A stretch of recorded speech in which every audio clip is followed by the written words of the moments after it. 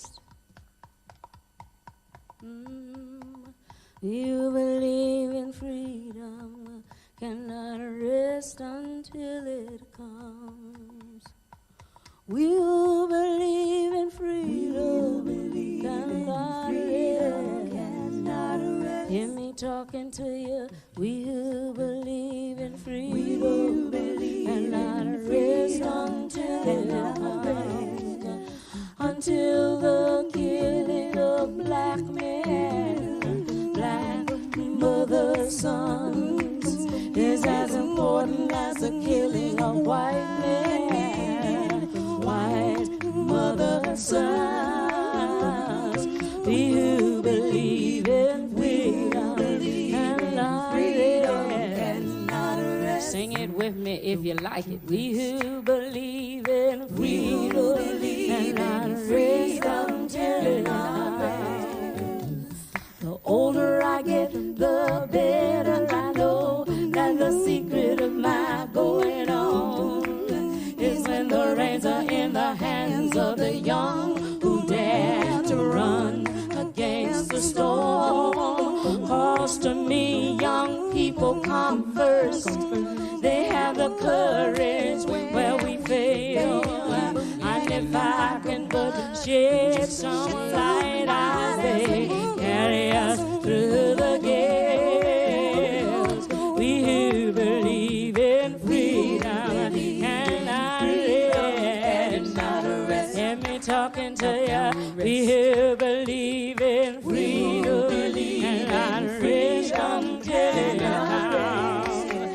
Then struggling myself don't need a whole lot. I've come to realize that teaching others to stand up and fight is the only way my struggle survives. I'm a woman who speaks in a voice, and I must be heard. At times I can be quite difficult. How about no man's word? We who believe in freedom cannot rest. Hear me talking to you. We who believe in freedom cannot rest until it comes. Not needing to clutch for power, not needing the light just to shine on me. I need to be one in the number as we stand against tyranny. We believe in freedom and not rest. Oh, we believe in freedom and not rest until it comes.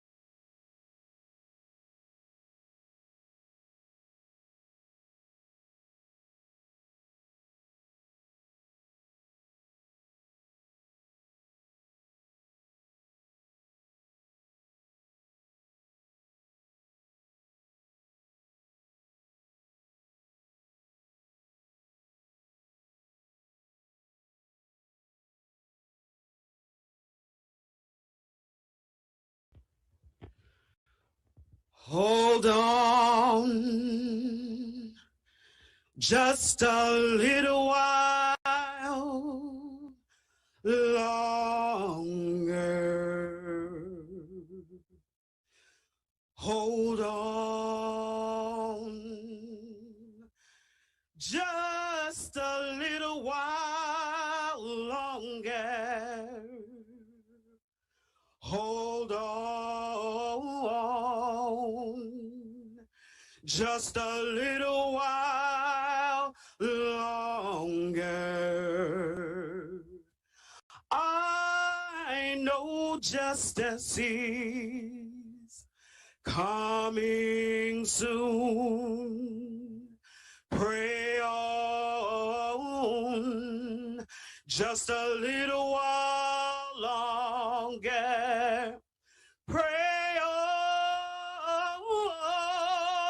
just a little while longer. Pray on just a little while longer.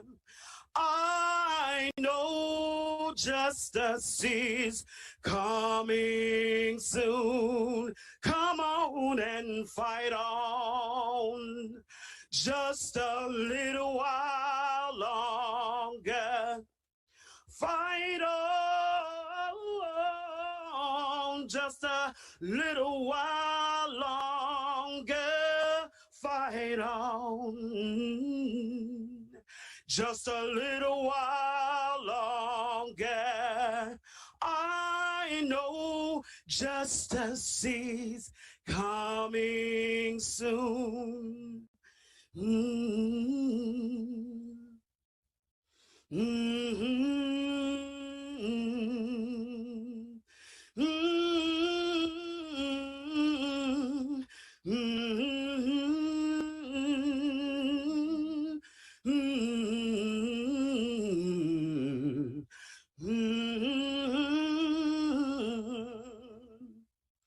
I know justice is coming soon.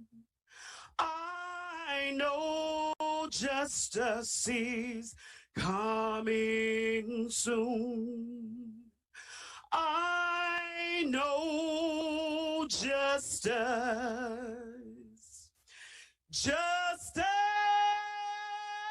is coming soon.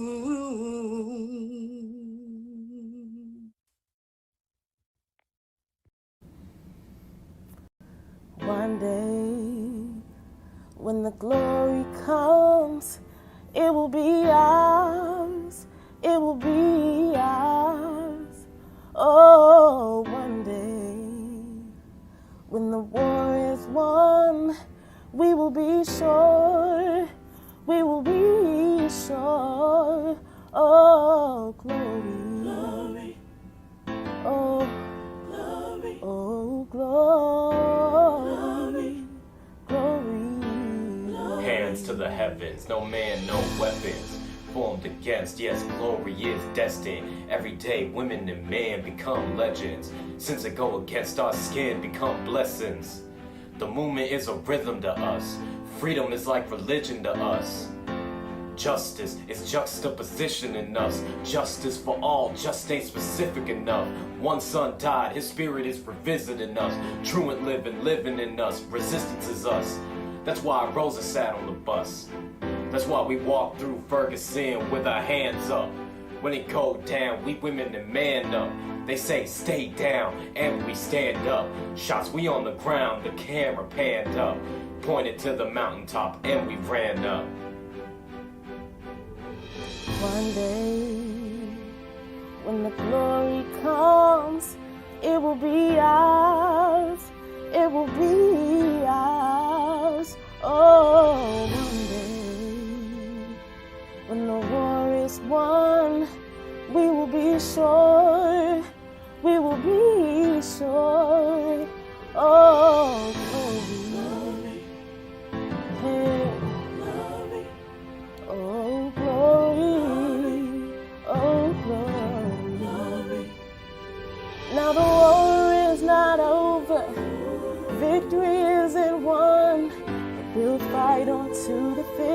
And when it is all done, we'll cry glory. Oh, glory. Ooh, oh, glory. We'll cry glory. Oh, glory. Ooh, oh, glory. Summer is now for every man, woman, and child. Even Jesus got his crown in front of a crowd. They marched with the torch, we gon' run with it now. Never look back, we done gone hundreds of miles. From dark roads, he rose to become a hero. Facing the League of Justice, his power was the people. Enemy is lethal, a king became regal. Saw the face of Jim Crow under a bald eagle. The biggest weapon is to stay peaceful. We sing, our music is the cuts that we bleed through. Somewhere in the dream we had an epiphany.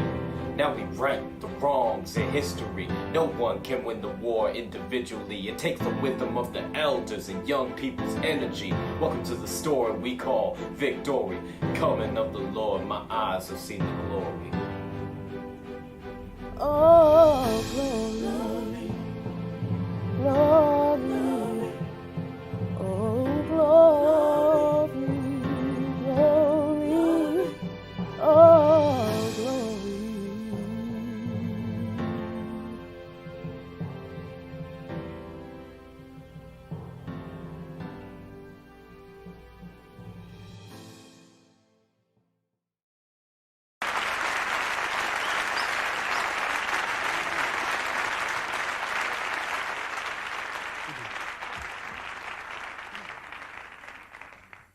We'll believe in freedom cannot rest. You believe in freedom cannot rest until it comes. We'll believe in freedom cannot rest. Hear me talking to you. We'll believe in freedom cannot rest until it comes. Until the killing of black men, black mothers' sons is as important as the killing of white men, white mothers' sons. We who believe in freedom cannot rest. Sing it with me if you like it. We who believe in freedom cannot rest until it comes. The older I get, the better I know that the secret of my going on is when the reins are in the hands of the young who dare to run against the storm. Cause to me, young people come first. They have the courage where we fail. And if I can but shed some light, I say, carry us through the gales. We who believe in freedom cannot rest. Hear me talking to ya. We who believe in freedom cannot rest until it comes. Then struggling myself don't need a whole lot. I've come to realize that teaching others to stand up and fight is the only way my struggle survives. I'm a woman who speaks in a voice, and I must be heard. At times I can be quite difficult about no man's word. We who believe in freedom cannot rest. Hear me talking to you. We who believe in freedom cannot rest until it comes. Not needing to clutch for power, not needing the light just to shine on me. I need to be one in the number as we stand against tyranny. We believe in freedom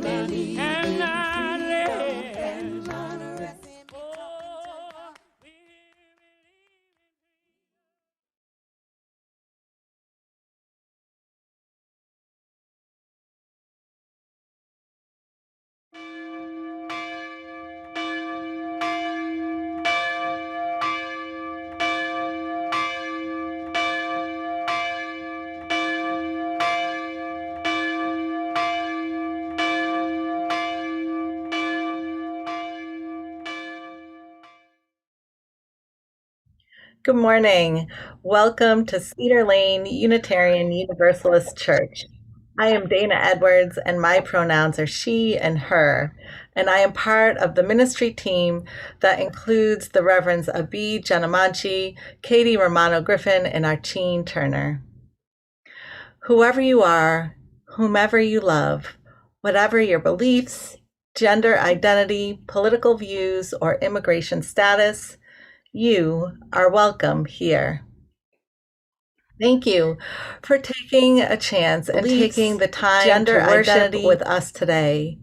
If you are new or feel new, we invite you to fill out the newcomer form included in the chat. Our pastoral visitors are an extension of our ministry team, and they are available in the chat to support you today. Our Board of Trustees is supporting the adoption of the 8th principle of Unitarian Universalism, which calls us to affirm and promote journeying towards spiritual wholeness by working to build a diverse, multicultural, beloved community by our actions that accountably dismantle racism and other oppressions in ourselves and in our institutions. To that end, we invite you to join us for a discussion of the 8th principle and with its creator, Paula Cole Jones, next Saturday at 10 a.m. until 2 p.m. To register, please use the link in the chat. Today, we welcome to the pulpit my friend and mentor, Reverend Erica Williams. Reverend Erica Williams is a faith leader, organizer, international civil and human rights activist, and a community leader who is committed to serving with both her head and her heart. Erica is a recent graduate of Howard University School of Divinity, where she obtained a master's in divinity. And the context of her ministry lies at the intersectionality of religion, arts, and activism. Currently, she is a national social justice organizer for Repairers of the Breach, an interfaith organization founded by the Reverend Dr. William J. Barber II. And this year, Reverend Erica is serving as a lead organizer for the Poor People's Campaign, a national call for moral revival. Reverend Erica is the founder and president of Set It Off Outreach Ministry, a ministry that works to educate, empower, and encourage those at the margins of society. She is also a member of the advisory board of the Student Christian Federation of the United States and the National Homeless Union Association. Reverend Erica is involved in numerous professional organizations. She is a member of the NAACP, the National Council of Negro Women, Top Ladies of Distinction, Delta Sigma Theta Sorority Incorporated, and the Order of the Eastern Star, Democratic Women's Club, and the International Youth Struggle Movement. We welcome you, Reverend Erica, today, and we're so delighted to have you with us.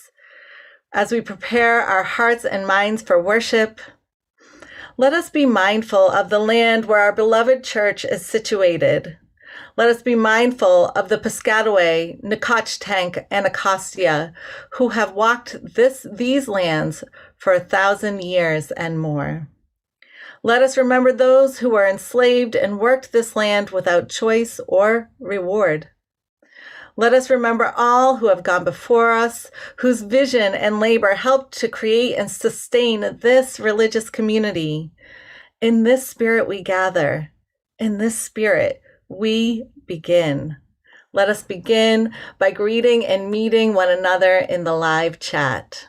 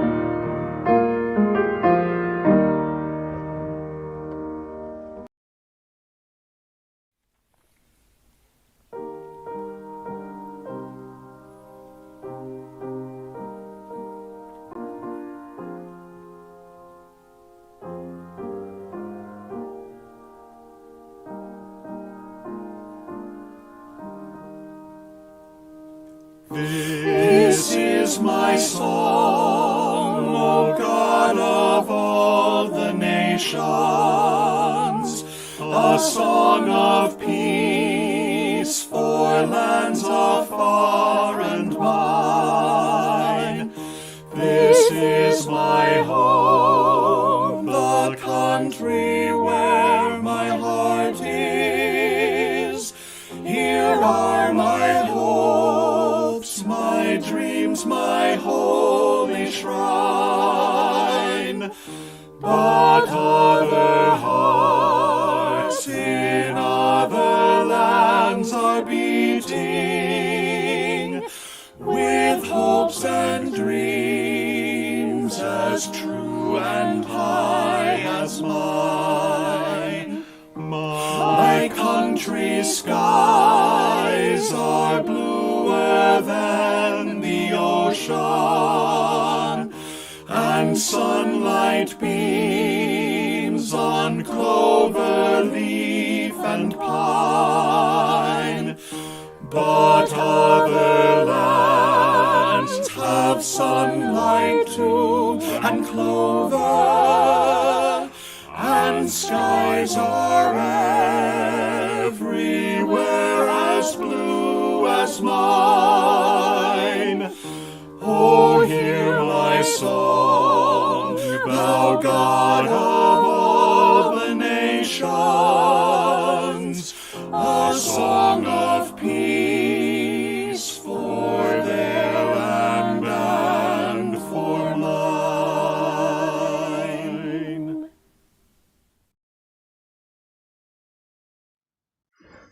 You are beloved, and you are welcome here.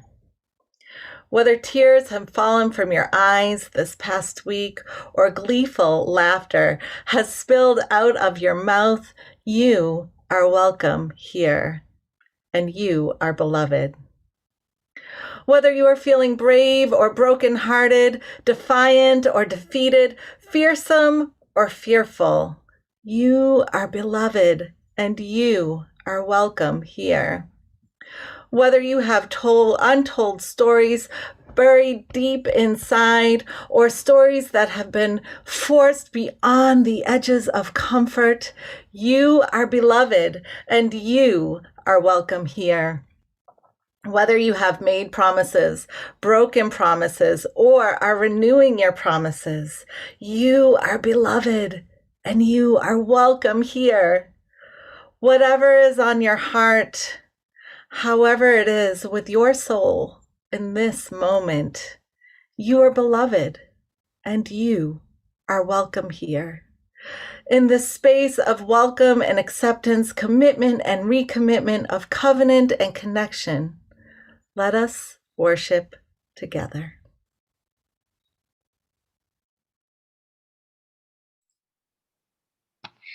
Hi, my name is babzz, and my pronouns are they, them, and I am today's worship associate. Today, I am lighting my chalice in Bethesda, Maryland. Let me know in the chat where you are lighting your chalice as we say the words written on the screen together. We light our flaming chalice as a beloved people, united in love and thirsting for restorative justice. May it melt away the tethers that uphold whiteness in our midst. May it speak in us a spirit of humility. May it ignite in us radical love that transforms our energy into purposeful action. This chalice of audacious hope. This chalice shines a light in our shared past, signaling our intention to listen deeply, reflect wisely, and move boldly toward our highest ideals. A Chair for My Mother by Vera B. Williams. My mother works as a waitress in the Blue Tile Diner After school, sometimes I go to meet her. Then her boss, Josephine, gives me a job too. I wash the salts and peppers and fill the ketchups. One time I peeled all the onions for onion soup. When I finish, Josephine says, "Good work, honey," and pays me. And every time I put half of my money into the jar. Takes a long time to fill a jar this big. Every day when my mother comes home from work, I take down the jar. My mama empties all her change from tips out of her purse for me to count. Then we push all of the coins into the jar. Sometimes my mama is laughing when she comes home from work. Sometimes she's so tired she falls asleep while I count the money out into piles. Some days she has lots of tips. Some days she has only a little. Then she looks worried. But each evening, every single shiny coin goes into the jar. We sit in the kitchen to count tips. Usually, Grandma sits with us too. While we count, she likes to hum. Often she has money in her old leather wallet for us. Whenever she gets a good bargain on tomatoes or bananas or something she buys, she puts by the savings and they go into the jar. When we can't get a single other coin into the jar, we're going to take out all the money and go and buy a chair. Yes, a chair, a wonderful, beautiful, fat, soft armchair. We will get one covered in velvet with roses all over it. We are going to get the best chair in the whole world. That is because our old chairs burned up. There was a big fire in our other house. All our chairs burned. So did our sofa. So did everything else. That wasn't such a long time ago. My mother and I were coming home from buying new shoes. I had new sandals. She had new pumps. We were walking to our house from the bus. We were looking at everyone's tulips. She was saying she liked red tulips, and I was saying I liked yellow ones. And then we came to our block. Right outside our house stood 2 big fire engines. I could see lots of smoke. Tall orange flames came out of the roof. All of the neighbors stood in a bunch across the street. Mama grabbed my hand and we ran. My Uncle Sandy saw us and ran to us. Mama yelled, "Where's Mother?" I yelled, "Where's my grandma?" My Aunt Ida waved and shouted, "She's here, she's here. She's okay, don't worry." Grandma was all right. Our cat was saved too, though it took a while to find her. But everything else in our whole house was spoiled. What was left of the house was turned into charcoal and ashes. We went to stay with my mother's sister, Aunt Ida, and Uncle Sandy. Then we were able to move into the apartment downstairs. We painted the walls yellow. The floors were all shiny. But the rooms were very empty. The first day we moved in, the neighbors brought pizza and cake and ice cream, and then they brought a lot of other things too. The family across the street brought a cake, brought a table and 3 chairs. The very old man next door gave us a bed for when his children were little. My other grandpa brought us his big, beautiful rug. My mother's other sister, Sally, had made us red and white curtains. Mama's boss, Josephine, brought pots and pans, silverware, and dishes. My cousin brought me her own stuffed bear. Everyone clapped when my grandma made a speech. "You are all the kindest people," she said. "And we thank you very, very much. It's lucky we're young and can start all over." That was last year, but we still have no sofa and no big chairs. When Mama comes home, her feet hurt. "There's no good place for me to take a load off my feet," she says. When Grandma wants to sit back and hum and cut potatoes, she has to get as comfortable as she can on a hard kitchen chair. So that is how come Mama brought home the biggest jar she could find at the diner, and all the coins started to go into the jar. Now the jar is too heavy for me to lift down. Uncle Sandy gave me a quarter. He had to boost me up so I could put it in. After supper, Mama and Grandma and I stood in front of the jar. "Well, I never would have believed it, but I guess it's full," Mama said. My mother brought home literal paper wrappers for the nickels and the dimes and the quarters. I counted them all out and wrapped them all up. On my Mother's Day off, we took all the coins to the bank. The bank exchanged them for $10 bills. Then we took the bus downtown to shop for a chair. We shopped through 4 furniture stores. We tried out big chairs and smaller ones, high chairs and low chairs, soft chairs and harder ones. Grandma said she felt like Goldilocks in the 3 Bears, trying out all the chairs. We finally found the chair we were all dreaming of, and the money in the jar was enough to pay for it. We called Aunt Ida and Uncle Sandy. They came right down in their pickup truck to drive the chair home for us. They knew we couldn't wait for it to be delivered. I tried out the chair in the back of the truck. Mama wouldn't let me sit there while we drove, but they let me sit in it while they were carrying it up to the door. We sat in the chair right beside the window with the red and white curtains. Grandma and Mama and I all sat in it while Aunt Ida took our picture. Now Grandma sits in it and talks with people going by in the daytime. Mama sits down and watches the news on TV when she comes home from her job. After supper, I sit with her and she can reach right up and turn out the light if I fall asleep in her lap. The end.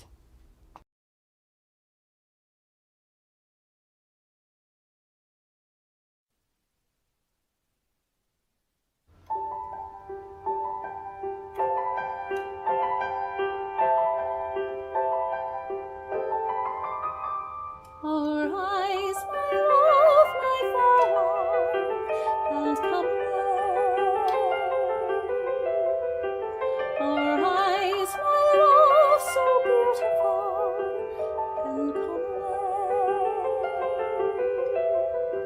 For lo, the winter is past, the rain is over and gone, the flowers appear on the earth, the time for singing has come.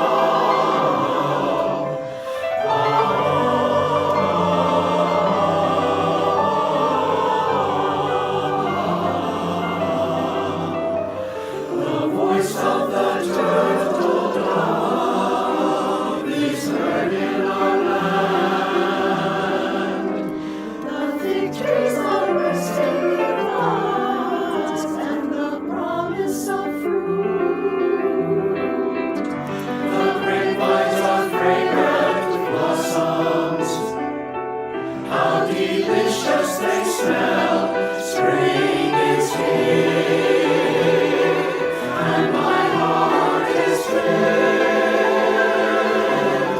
with love.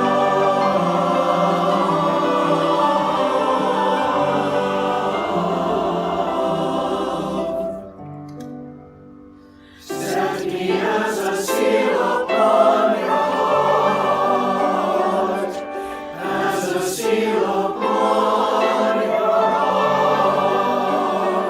For love is as strong as death, and passion fierce as the grave. Many waters cannot quench love, riches cannot buy love.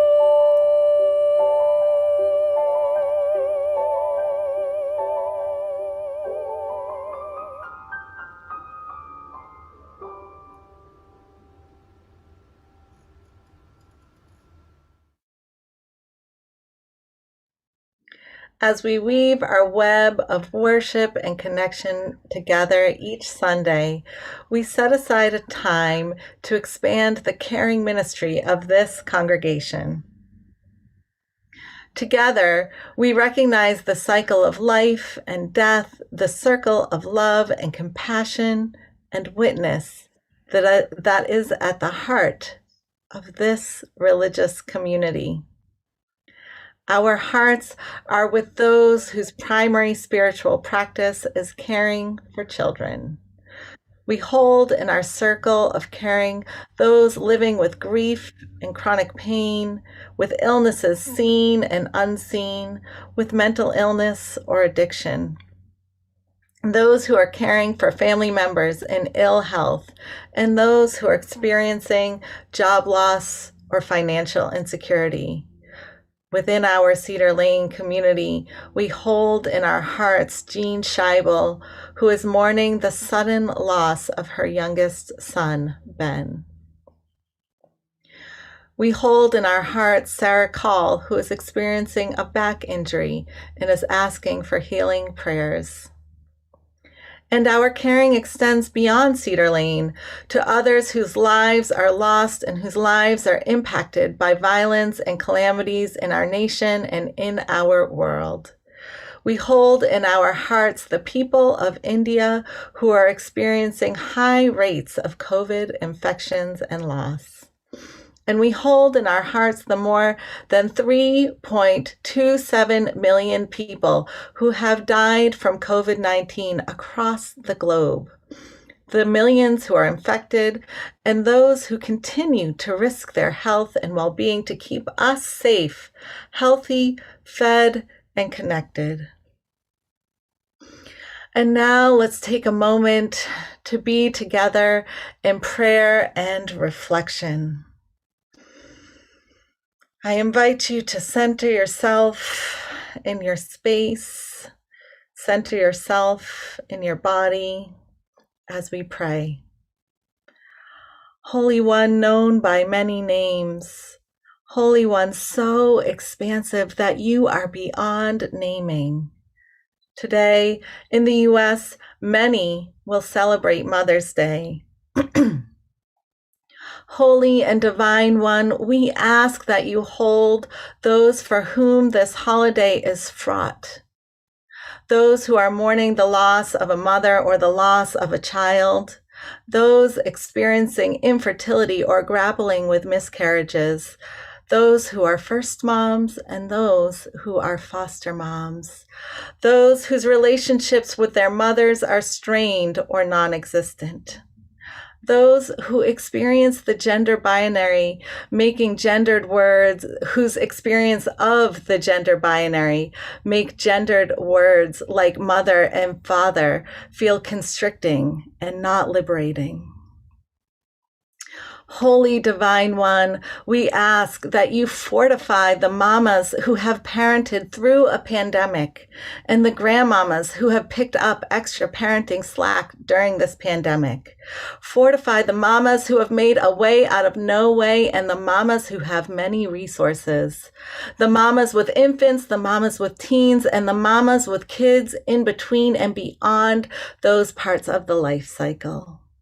Holy and Divine One, we ask that you shower with love those who have used the last 40 weeks to give birth or to nurture a high school, bachelor's, or graduate degree, a dissertation, those who have used the last 40 weeks to give birth or nurture a social justice movement or a career or an art piece or a novel or a play or music or friendships or romantic relationships. Holy and Divine One, we ask that you share your nurturing spirit with those who have chosen to nurture themselves in this culture that pushes so many to burn out. Holy Divine One, with gratitude in our hearts, let us all feel safe and secure, knowing that however we choose to celebrate this day or not, that each of us is enough. Each of us is sacred. Each of us is divine. As we enter the silence together, you are invited to rise in body or spirit if you are grieving the loss of a loved one or marking the anniversary of a loss. And if you feel moved to do so, you can share their name in the chat.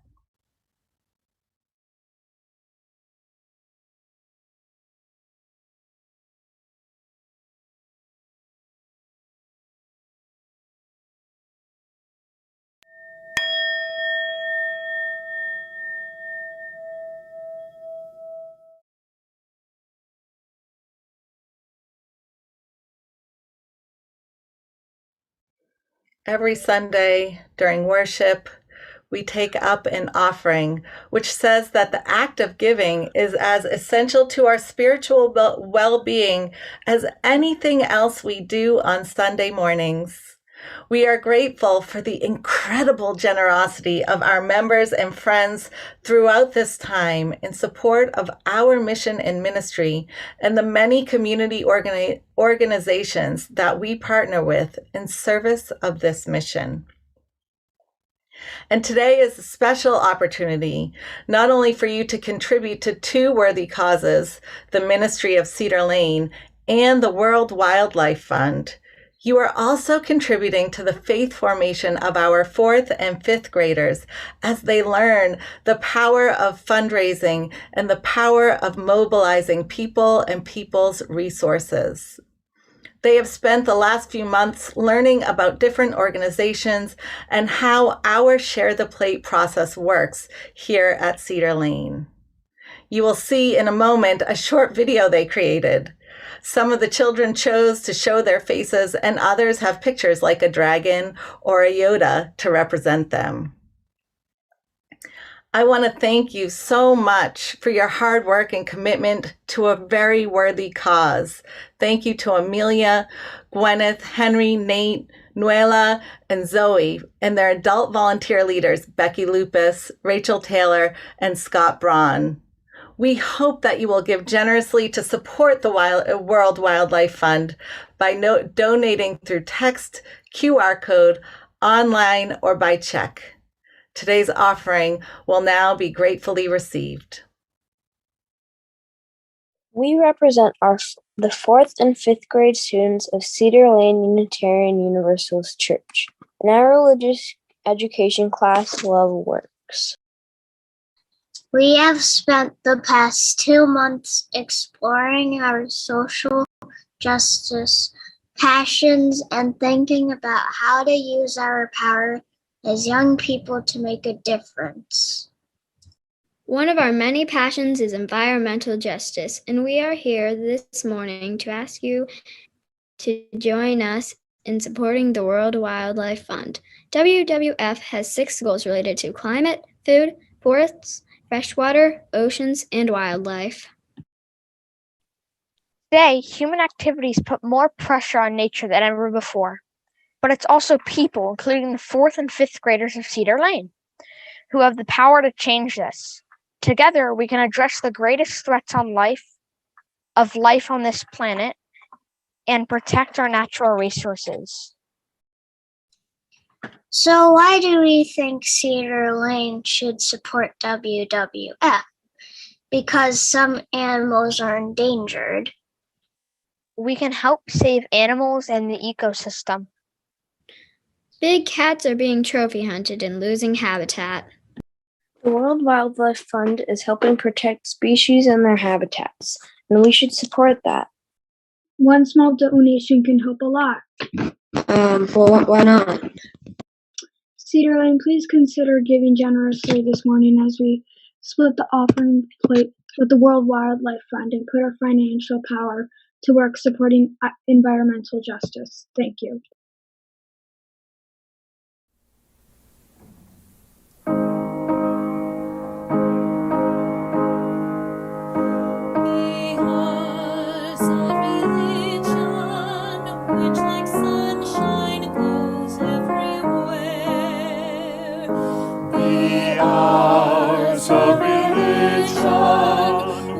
Sunshine goes everywhere.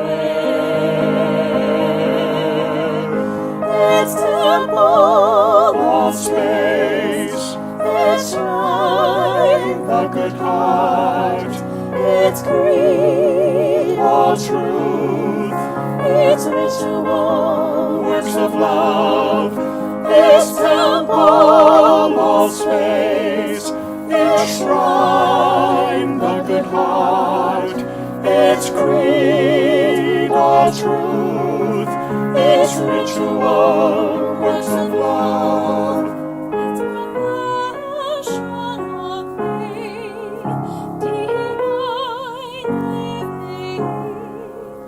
its profession of faith, divine living, its profession of faith, divine living,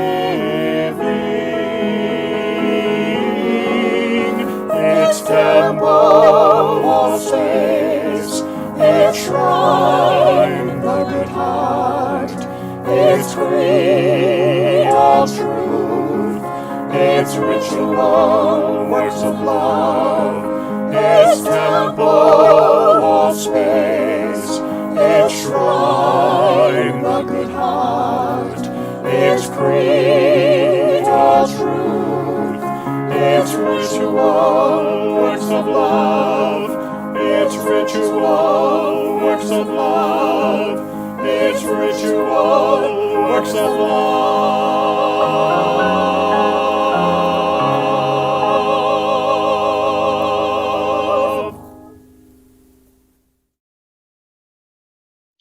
From the sacred text, Jeremiah chapter 31, verse 15, this is what the Lord says, a voice is heard in Ramah, lamenting and bitter weeping. Rachel is weeping for her children. She refuses to be comforted for her children because they are no more. I can't breathe were the words that I cried to my dear friend on Tuesday, April 20th, in preparation for the verdict to be released for the case of Minnesota versus Derek Chevron. I literally thought the breath that was in my body was going to leave me as I waited to see if accountability would be given, because justice could not be served, because justice would mean having George Floyd being home with his family. That day, I thought the breath was going to leave me with overwhelming concern of, are we going to get some kind of accountability? But even before the verdict was released, our sweet baby girl, Ma'Khia Bryant, was killed by the Columbus, Ohio Police Department. And shortly after that, on the same day, I received a call from the mother of one of my mentees in Atlanta, Georgia. She informed me that my mentee had been shot by her white coworker while leaving work and was in ICU fighting for her life. Family, it was too much. It was way too much.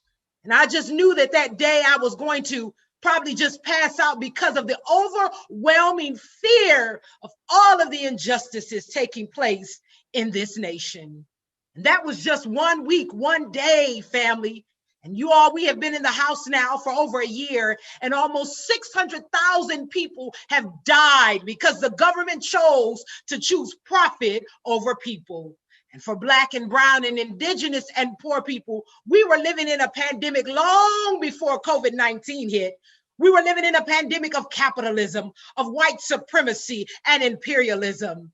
And every year, about 2.6 million people would die as a result of poverty. And family, I want you to know today that I am a native of Saginaw, Michigan, which is right next door to Flint, Michigan. And it is 7 years this year since we have had clean water. I still have family members drinking bottled water because the government decided to take the water from the Detroit River and put in the Flint River. And the Flint River water was so corroded that the plant, the General Motors plant there, would not use the water because it was rusting parts on the cars. One of our leaders from the Poor People's Campaign in Michigan, she lost her twins. She was pregnant. She lost them as a result of the Flint water crisis.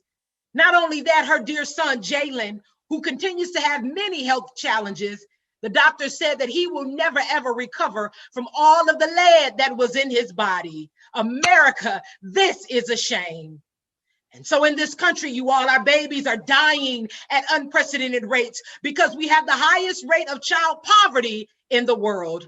According to the Poor People's Campaign, a national call for more revival, we did an audit on America, and we found that half of the children, 39 million here in the divided states of America, are poor or low income. We found out that 1.5 million public school students experienced homelessness in the 2017-2018 school year. More than 250,000 children are removed from their homes by the child welfare system or separated from their parents at the border each year.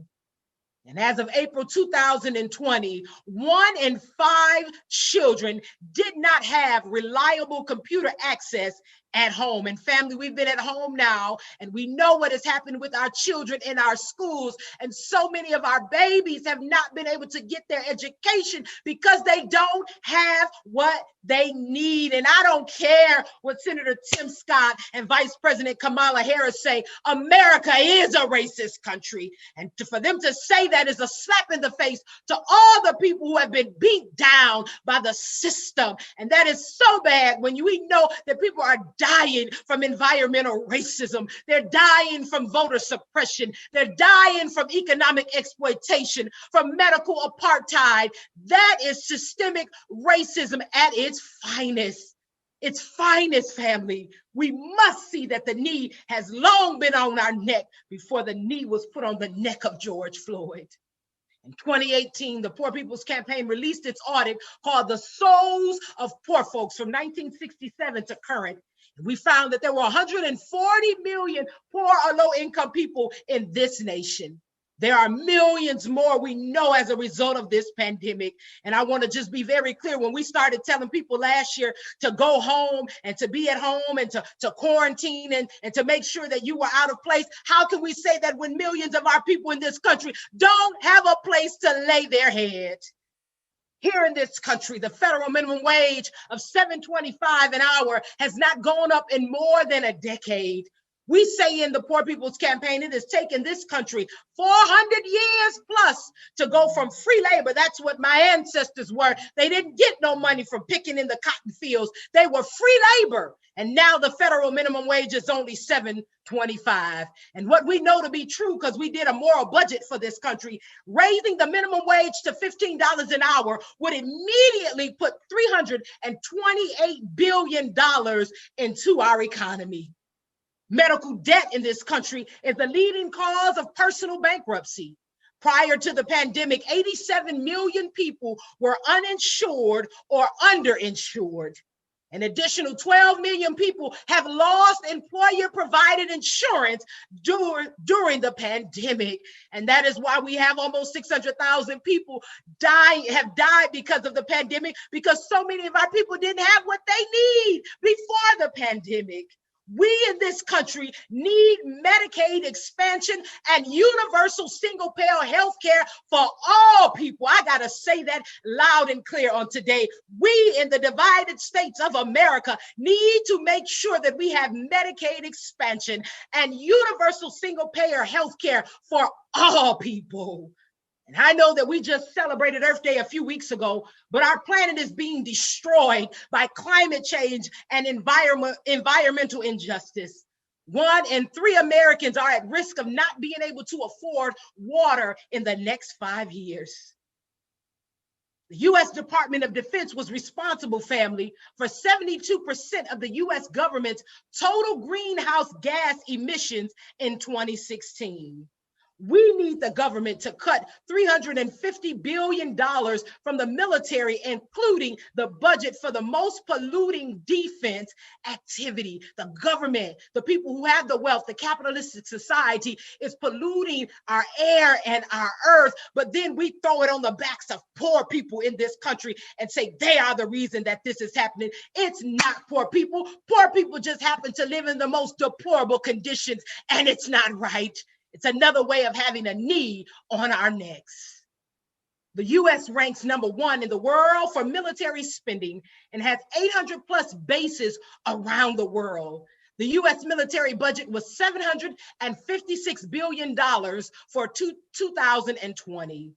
For every federal discretionary dollar, 53 cents goes to the military and only 15 cents goes to anti-poverty spending. And so I am from the generation of Tupac Shakur, who I believe was a true prophet. And Tupac says, we have money for wars, but can't feed the poor. This month, family, is Mental Health Month, and so many services have been cut for our people. The Census Bureau data this month showed that U.S. mental health problems have reached an all-time high, with almost half of Americans now showing signs of clinical anxiety or depression. I remember living in Washington, D.C. from 2013 to 2016, and I volunteered at a shelter that is now closed because of gentrification. But at that time, they were in need of extreme funding for mental health services, and the city government denied the request. And most of our homeless kinfolks, I want to be very clear, most of our homeless kinfolks who are on the street are dealing with mental health crises because of the exploited system that they live in. And 75% of incarcerated people suffer from mental health challenges. Today, family, I can hear the words of Fannie Lou Hamer, one of our sheroes in this fight for freedom, when she boldly proclaimed at the Democratic National Convention in 1964, she said, "I question America. Is this America, the land of the free and the home of the brave, where we have to sleep with our telephones off the hooks because our lives be threatened daily, because we want to live as decent human beings in America?"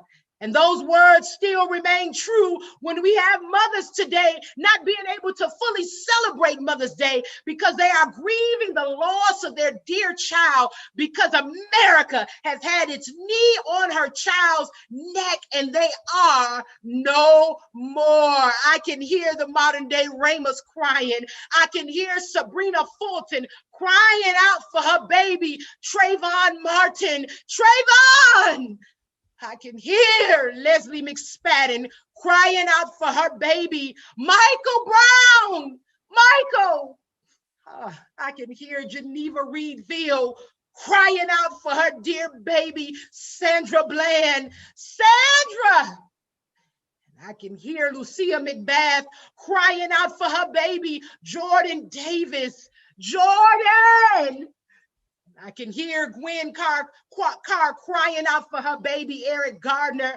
Oh, my dear Eric, who couldn't breathe because they stopped his air from putting their knee on his neck. Wanda Cooper Jones crying out for her baby, Ahmaud Arbery. Ahmaud! And I can hear the mother of Nina Pop crying out for her dear baby, my dear Nina. And I can hear Tamika Palmer crying out for her baby, Breonna Taylor. Breonna! Oh, and I can hear Wanda McDade crying for her baby, Tony McDade. Tony! And I can hear Katie Wright crying for her baby, Dante Wright. Dante! Oh, and I can hear Paula Bryant crying for her baby, Micaiah Bryant. Micaiah! And I can hear the mother of Andrew Brown crying for her baby, Andrew. And we can hear the mothers, can you hear them? The mothers of all of our Asian kin who were killed in Atlanta. I can hear their mothers saying, my children are no more. And this month, we will commemorate the 1 year, and the 1 year, it ain't an anniversary, but the 1 year death, the lynching of Brother George Floyd. And in that last few moments of his life, George Floyd called out, "Mama! Mama! I can't." And oh, this is just a few of all that has happened in this country. We all know that there are many, many more. There are so many more that we don't know about. And it is just not that those people are being killed by police brutality, but they are being killed by a corrupt system in which we live. Family, Rama is crying. Can you hear her? Can you hear her? Can you hear the mother who is working 2 jobs trying to make ends meet? Huh? Do you hear her? Do you hear the mother living in her car with her 3 children? Do you hear the mother whose child has been taken from her and put in a cage? Can you hear the cries of our people?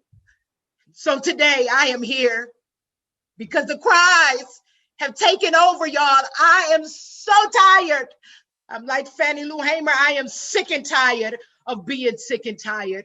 It is time for us, the people of faith or no faith at all, to do as our ancestors before us, for us to come together and for us to take this nation back, to make it one of love, justice, and dignity for all people. And family, it's just not enough for us to say that Black lives matter, that Asian lives matter. We've got to put some skin in this game, and we've got to work together like never before to take this system down. And Dr. King told us what we must do. He said it in his speech in Beyond Vietnam in 1967, and it remains true today. He said, we as a nation must undergo a radical revolution of values. We must rapidly begin the shift from a thing-oriented society to a person-oriented society.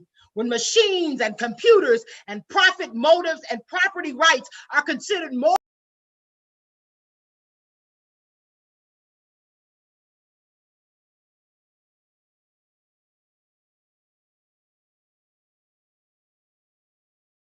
I'm gonna keep on moving forward. Keep on moving forward. Keep on moving forward. Never turning back. Never turning back. I'm gonna keep on moving proudly. Keep on moving proudly. Keep on moving proudly. Never turning back. Never turning back. I'm gonna keep on singing loudly. Keep on singing loudly. Keep on singing loudly, never turning back, never turning back. I'm gonna keep on loving boldly. Keep on loving boldly. Keep on loving boldly. Never turning back, never turning back. I'm gonna keep on holding freedom. Keep on holding freedom. Keep on holding freedom. Never turning back.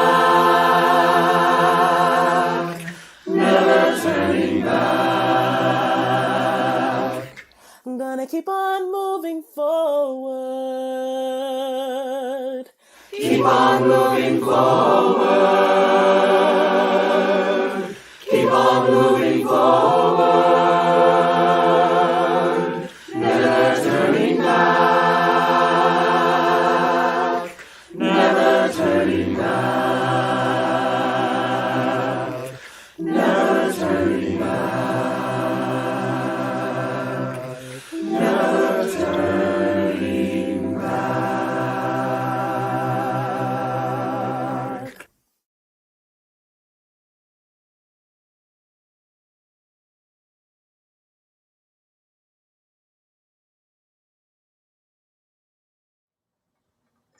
Thank you for your patience as we figure out why that ended so quickly. We will be posting the full sermon on our YouTube channel as soon as possible. So please keep an eye out. I know that Reverend Erica was just getting started, just getting to the good stuff. I'm rendering So it right now. we're gonna keep trying. We're gonna keep on moving forward. and hoping that we can fix that that error and get this up for you as soon as possible. In the meantime, I'd like to share with you some words from Reverend Abhi as we think about welcoming him back next week. These words are his benediction. Let us be maladjusted to racism and white supremacy. Let us be discontented with injustice and inequity. Let us be a moral movement for love and justice in our time. In the words of Reverend Dr. Martin Luther King Jr., now let us begin.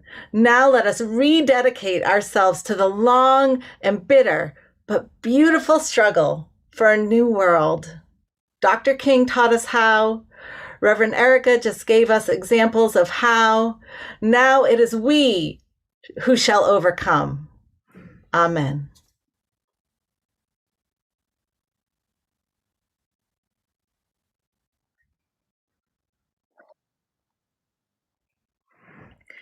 Thank you to all the participants in today's service. A sincere thank you to Reverend Erica Williams for her powerful and poignant message. Thank you to Reverend Katie Romano Griffin, to babzz in the 4th and 5th grade religious education. It's up there. Erica Williams too. Thank you to the Cedar Lane Choir and the Cedar Lane Quartet and our co-coordinators of music, Dr. Jasmine Lee and Jenny Lynn Moyer. Thank you to our AV team, Nicole Pazzi, Michael McCrickard, Mike Morris, Barb Thompson, Todd Chernikoff, and thank you to Rebekah Nachtrieb for the beautiful Ingathering slides. And thank you to our membership staff and pastoral volunteers who have been active in the live chat. Next week, we welcome back Reverend Abhi Janamanchi from his sabbatical. We will worship with the Potomac Partnership congregations here on YouTube at 11 a.m. The president of the Unitarian Universalist Association, Reverend Susan Frederick Gray, will speak about lessons learned in the ways through and beyond the pandemic. Friends, fans, and members of Cedar Lane, please remember to click the thumbs up button to like this worship service and subscribe to the Cedar Lane YouTube channel. Then join us with your favorite beverage for a virtual coffee hour. The URL for virtual coffee hour will be posted in the YouTube chat.